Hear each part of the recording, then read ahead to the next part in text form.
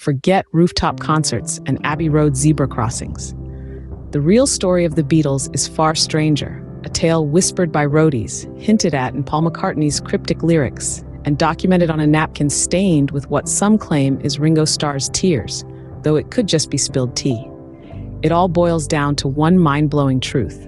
The Beatles weren't just mop-top musicians. They were intergalactic tax evaders. Imagine the scene, 1964, Beatlemania at its peak. John Lennon, fueled by a particularly potent cup of tea and a healthy dose of existential dread, scribbles lyrics on a crumpled paper bag. But these aren't your average teenage angst scribbles. No, these are calculations, complex equations involving wormholes, temporal distortions, and most importantly, loopholes in the Venusian Intergalactic Revenue Code.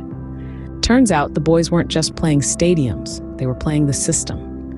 Their screaming fans were actually disguised Venusian tax auditors, their ear-splitting shrieks a coded message urging them to pay up. Their mop-top haircuts, a strategic deflection technique to hide the bioscanners the auditors needed to verify their true identities, those of exiled Martian tax consultants. And the music? Oh, the music was a masterpiece of subliminal messaging. She Loves You wasn't a love song. It was a coded plea to the Venusian tax goddess Ishtar for mercy.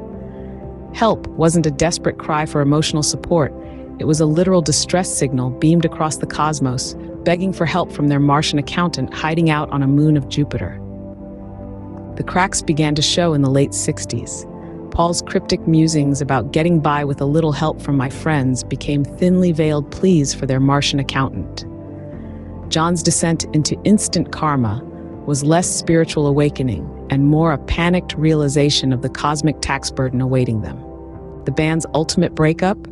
Not creative differences, but a final, desperate attempt to throw the Venusian hounds off their scent. It worked for a while, but the truth, like a catchy tune, has a way of resurfacing. So the next time you hear a Beatles song, listen closely. You might just hear a hidden message, a plea from the greatest tax evaders the galaxy has ever seen.